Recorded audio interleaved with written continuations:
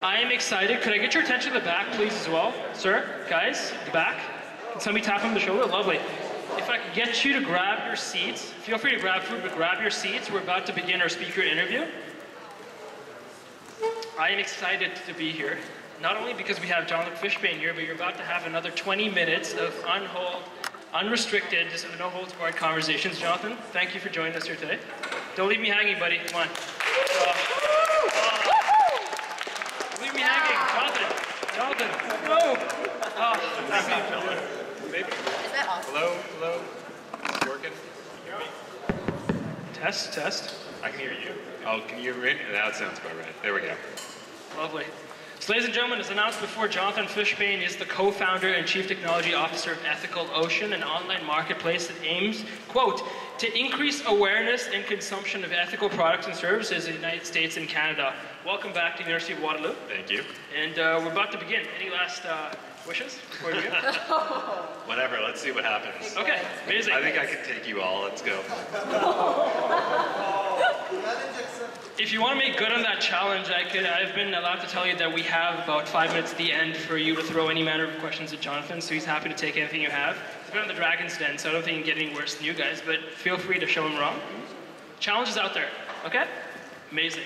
Thank you so much. No problem. And it'd be lovely if you just give the audience a sense of what it is you guys do at Ethical Ocean. Maybe I'd love for me to start. All right, so Ethical Ocean. Has anybody been to the site? Put your hands up. Anybody pissed off that you couldn't get into the site when you signed up? I don't know, some of you. Yeah, we took a pretty ballsy business decision a couple weeks ago to require sign-up. So if anybody wants to ask me questions, maybe it'll come up in the conversation. But Ethical Ocean, so it's a social business. A lot of people like to call it a social enterprise. I don't really know what that means.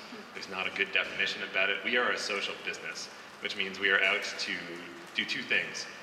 Three things. One, actually create a social good in the world, and to us that's promoting ethical consumerism and mainstreaming ethical consumerism. The second thing we're trying to do is get a really great, online marketplace out there with a cool experience, one that makes you happy. So if I piss some people off and making you sign up to our site, I'm sorry. We'll see if it works.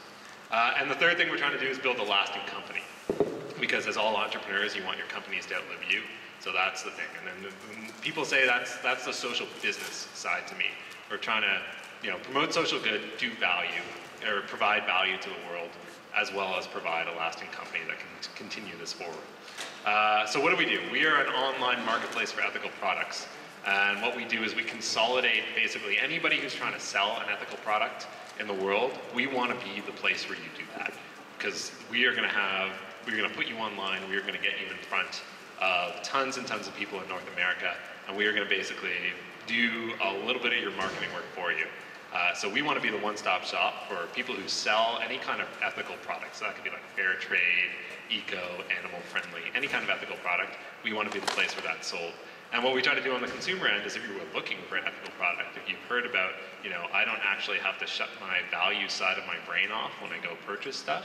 If I want to consume, and I want to consume in a way that makes me feel good at the end of the day, we want to be the place where you do that, because we are amassing a catalog of commodities, of products that you want to buy to be able to promote your identity, promote the values that you have. We're going to be the place where you go about doing that. So that's what Ethical Ocean aims to be, the one-stop shop for both buyers and sellers to sell their ethical products. And in the fastest and smoothest way possible. That when you're done, you can go look at what you bought and like, wow, that was so easy, and I can't believe they make an ethical blank. And you can replace blank with whatever you want. Even the wacky blanks, they'll make ethical ones of them. Very nice. So let me throw this at you. Where did this idea come from? So why ethical products in the first place? So my background, I went to Waterloo, I did a degree in software engineering. I'll give you the whole backstory, because maybe that's interesting. If anybody's bored, just tell me. Or throw something at him. Yeah, throw the pizza whatever. at him too. Well, don't throw the pizza. It's not a nice shirt. I don't have that many nice shirts as an entrepreneur. This is the nicest I dress when I go and see people. The backstory was, I was a Waterloo grad, 2006 software engineering, first class of software engineering. I'm very proud of that. We had a great class, a lot of fun. But I was always involved in tons and tons and tons of shit. I did the Engineering Society, I was involved in Feds, I did Iron Warrior for a year as the editor, I at a radio show on CKMS, which I'm pretty sure doesn't exist anymore, which is sad. But I did lots and lots and lots of stuff. And at the end of my fourth year, in my fourth year, a good friend of mine named Sarah Lewis, she was the president of Engineers Without Borders, we'd worked together on the One Waterloo campaign, which I don't know if that still happens or not, but it was a campaign to promote the diversity of students at Waterloo, to try to recognize that not everybody at Waterloo is of the same color or has the same beliefs, and just to try to promote it based on some bad experiences happened on campus before. Anyway, Sarah's like, you should get involved in Engineers Without Borders. And I said, all right, maybe, I don't know. But she dragged me out. She basically gave me an executive position without telling me, and a title, which was ridiculous at the time. I think I was a structural consultant, and I still don't know what I was supposed to have done. But through that, I got involved in sort of understanding social issues and sort of how engineers can help promote social issues. And as a software engineer, for me, it was like, well, I can't really get involved in these things because, well, I don't dig wells, I don't build schools, I kind of code all day, and I don't think the world needs more coding. I couldn't see a way for that to make the world better at the time. So anyway, but through my job at Engineers Without Borders, I kind of started to really identify how can I apply my skills to do good things for the world. All right, fast forward a little bit. I'm in grad school. I'm bored as hell. Grad school is a lot of fun if you want to have a lot of time on your hands and want to be able to kind of do the things you want to do. But if you're actually looking to make a large impact on the world, I wouldn't really recommend going to grad school. Not that grad school is bad, it's just, as I was describing it, like you take a research area that only maybe 20 people care about in the world from like here to here, and that's your contribution. So anyway, I was bored. I was looking to do something. A friend of mine, Chad Hamry, who I had gotten to know through my time at Engineers Without Borders, had just gotten back from Zambia.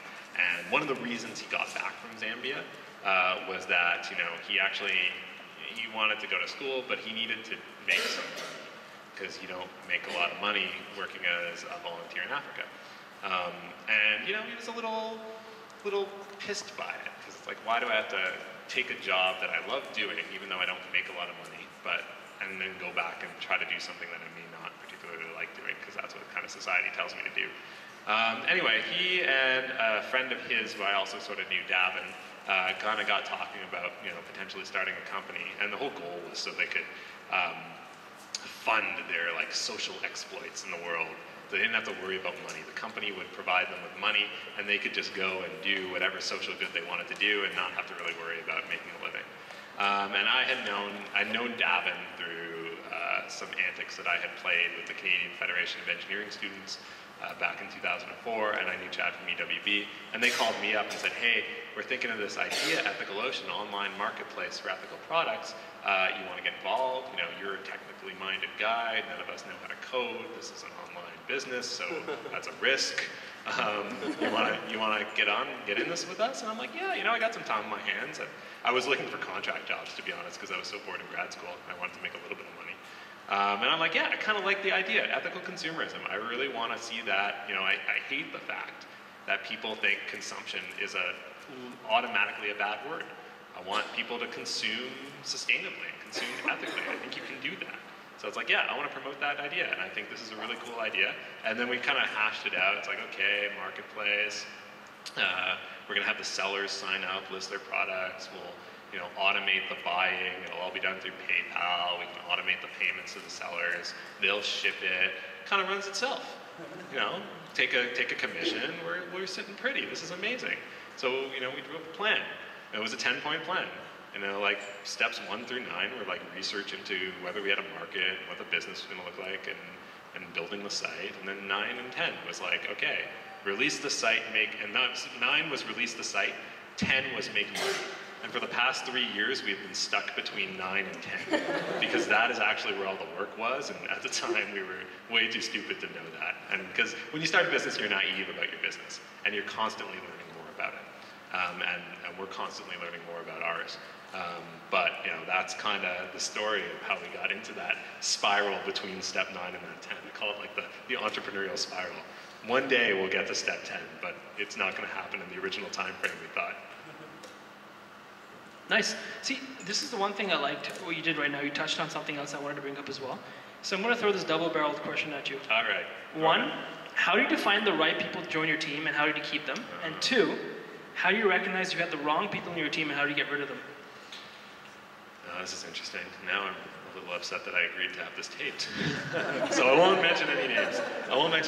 So finding the right people on your team. So the best thing that you can do is, and this isn't advice, this isn't my wisdom, this is wisdom from others that I've just kind of agreed with and adopted.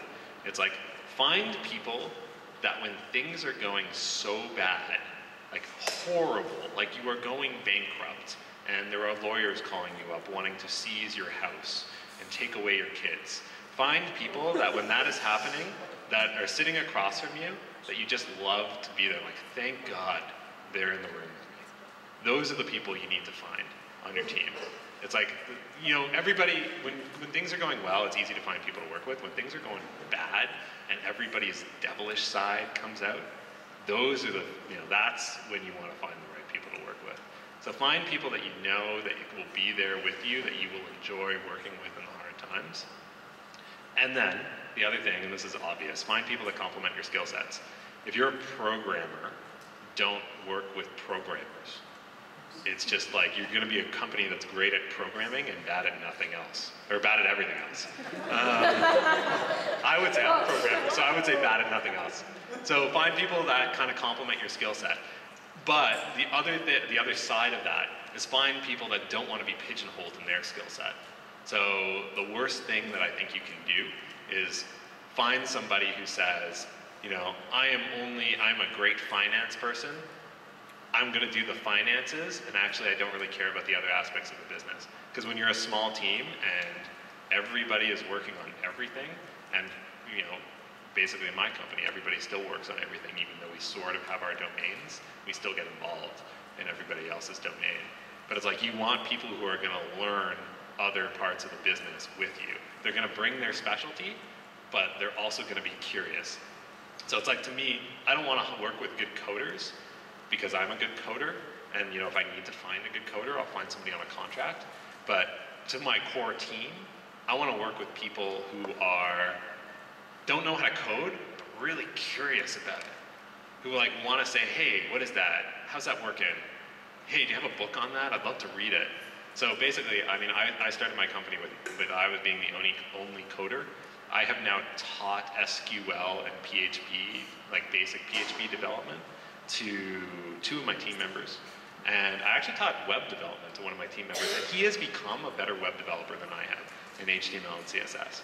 So it's like, those are the people that you want to work with. People who bring a specific skill, but are totally open to learning other skills. Oh, there was another side too, the side I skipped. Around, what was it, finding people you don't want to work with, or how do you know? Recognizing the people that you think aren't necessarily best for your team or your culture, and diplomatically getting rid of them. How do you get rid of people? Well, we haven't really gotten rid of many people, but we did go through a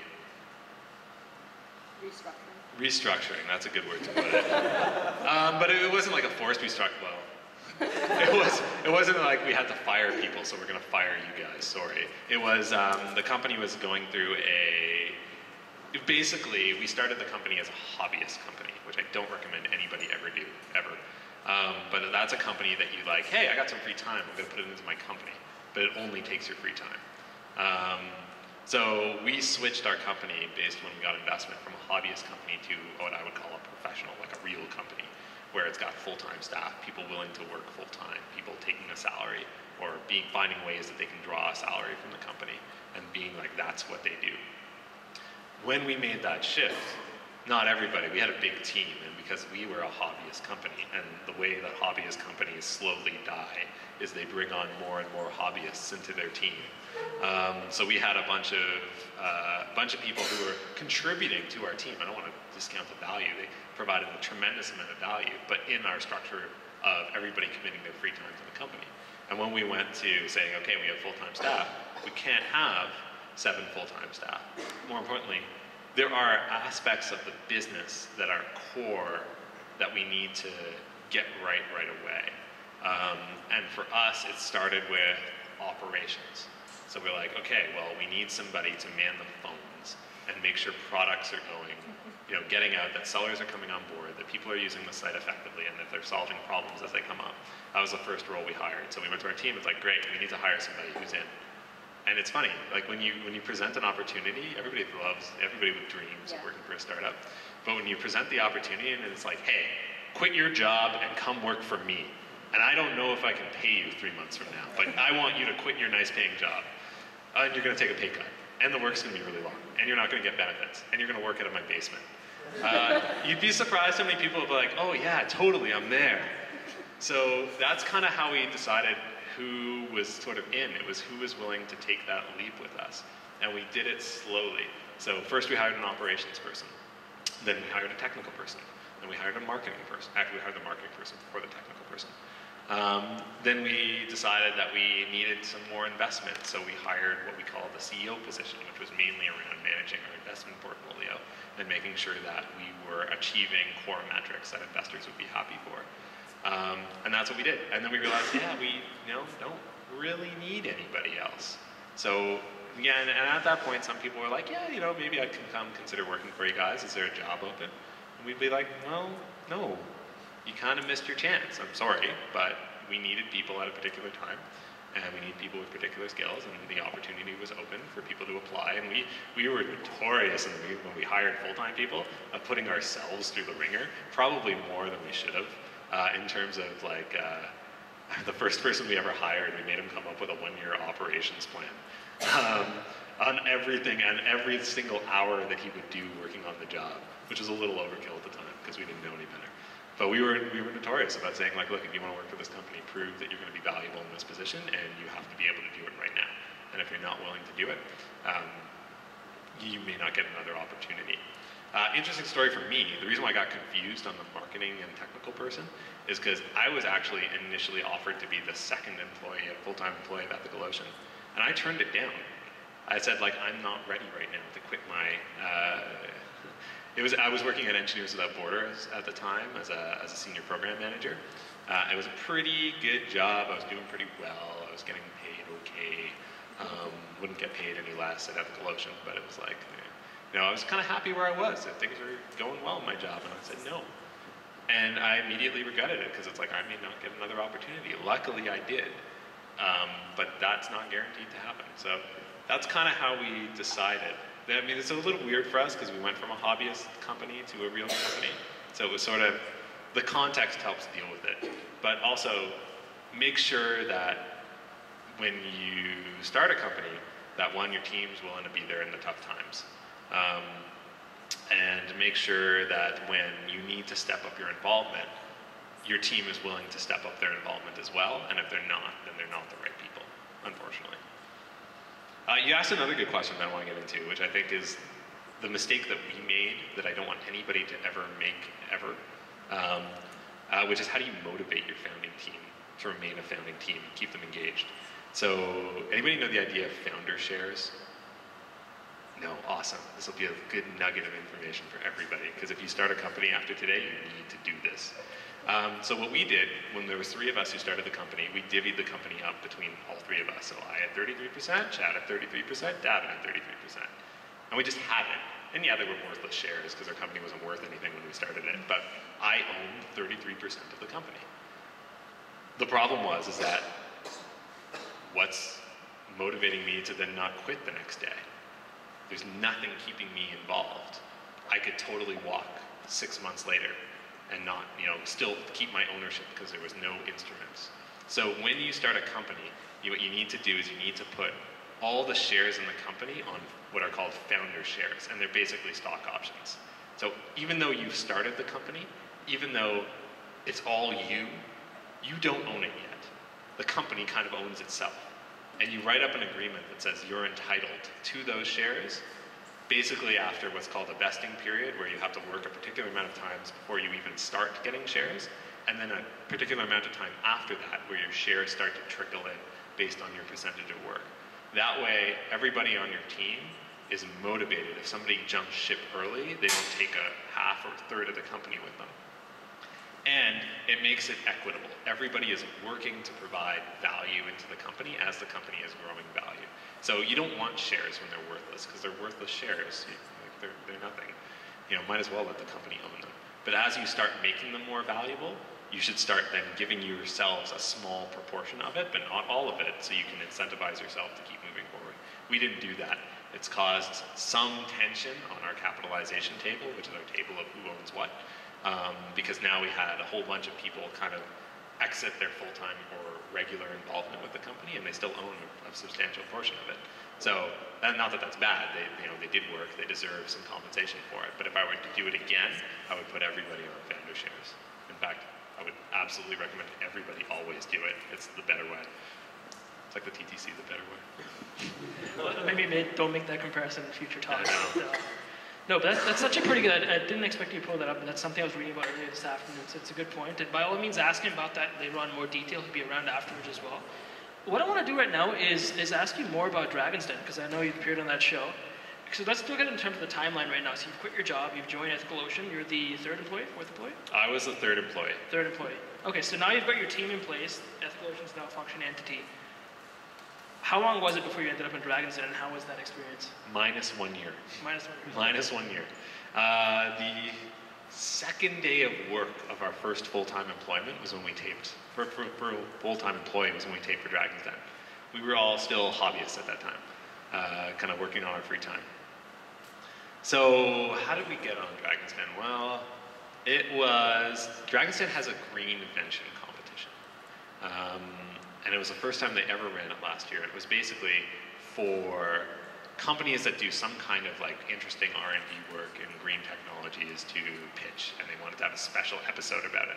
Not really sure why. Maybe they were worried about their environmental image on the show. No idea. Anyway, 2 of our team members thought we should do it. And one thing you got to do as an entrepreneur is be fully admit your mistakes. I was against it, not forcibly against it, but I was like, guys, we're not doing green R&D. We have 1 chance in 5 million of winning this competition. It's apply. If you want to apply, I'm not going to tell you not to apply, because this is your free time and I can't tell you what you're doing. But please don't spend a lot of time on it, because we got other things that we got to do. So I was wrong. They applied. We got accepted to audition for the Green Invention competition. And then you basically do your pitch in front of the producers, and they're taped, actually. I don't know. They might be online, so you should look at us up on the CBC site and see if they had it online. They did at one point. But they tape your audition. And then they give you feedback. So the producers were like, you're not really a Green Invention.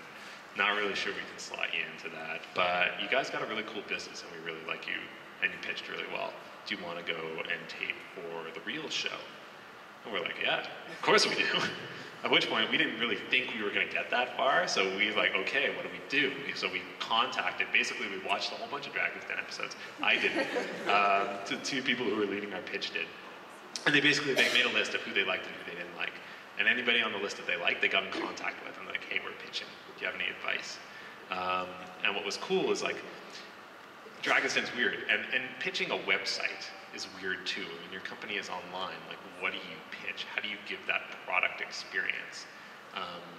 Because you can't just here's our website, surf, see if you like it. We sell products, we're a store. So you have to come up with something a little more captivating. So through that process of kind of talking to people, we came up with the idea you know what? We don't want to pitch our website. For one, this is going to air a year after we tape. So it's our website should, if we're doing our job, should look so much different than it does now. And the last thing I want to do is have people watch a show where they see a website, then go visit it, and see a totally different website. That's a disaster. And it's are these even the same people? Is this a scam? So we can't have a consistent experience. So rather than doing that, we pitched the concept of what we're trying to do and the vision of what we're trying to do. And we got people out with our products. We actually brought models in with our products. I don't know if anybody's watched our pitch. So models out with our products to say this is the type of things that we do and the type of consumer that we're going for, and why this consumer wants to shop on our site. And it worked well, because we got a deal on the show. we sparked a lot of controversy on the show because, you know, we're an ethical business. And one person, who will be Kevin O'Leary, decided, well, not decided, I mean, Kevin has strong opinions on business. And he is a staunch defender of business as it currently is, which is odd for me. I don't know if he would agree with me or not, but when you hear what he says and when you hear how he promotes himself on business, it's like it's always about the same things. It's like profit and you know, what's your margins, and you should be driving your margins down and your profit up, and ethics doesn't come into play with that because it's never come into play with that. It only gets in the way. I'm of the opinion that's like, Kevin, honestly, you're an entrepreneur. Best thing about being an entrepreneur, things change all the time. You gotta change your business practice. So there's a little bit of a controversy around that. He called us a stain on the face of capitalism. He called us cockroaches. We made t-shirts that said stain on the face of capitalism. It was by far our best-selling item on the site ever. We sent him one, he liked it from what we heard. He thought it was hilarious. But yeah, we ended up making a deal on the show with Arlene Dickinson. And the interesting thing about Dragon's Den is, one, you tape a year before your show airs. So when you're watching Dragon's Den right now, you have to rewind it a year back. So it's like, what the hell is going on a year ago in this company's future? That's what you're seeing. And then the interesting thing is, what is happening now that you're not seeing? Because where did this company, like, what happened to them? Because it's like a year to 6 months later. So for us, it was around our negotiation. So what happens is, after you're done, you sign a non-disclosure agreement. They like put it in your face, and you cannot talk about anything that happened on the show until your show airs. And you can't even talk about some of the things that I may or may not tell you right now. I don't remember. But they don't want anything getting out to ruin the suspense of the show. The second thing is, if you make a deal, you sign a term sheet. And what we didn't realize, and I mean, we were naive entrepreneurs at the time who had never done any kind of corporate investment, term sheets aren't legally binding. All they are is a memorandum of understanding. Basically, like, here's the starting point of our negotiations. This is going to be the basis for our deal, but it isn't going to be our deal until we come up with a formal contract. So we negotiated for probably about 6 months with Arlene around like very detailed points, and there were some changes that she wanted to propose that she was kind of pushing through, and there were some changes that we wanted to propose.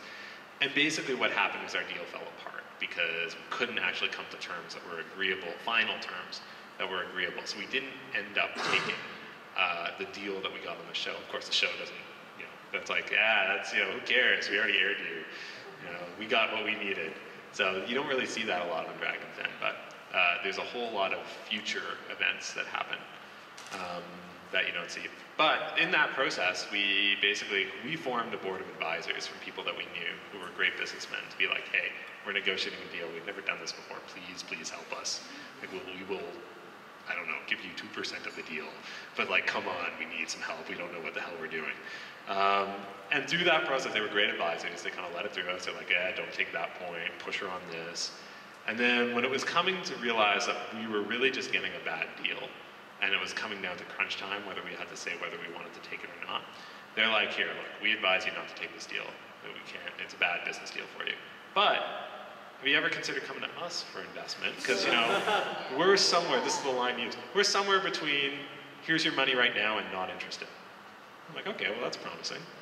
So we started negotiations with our advisors, and one of our major advisors actually led that investment round. We ended up raising around $500,000 led through that investor, also opened up using friends and family networks.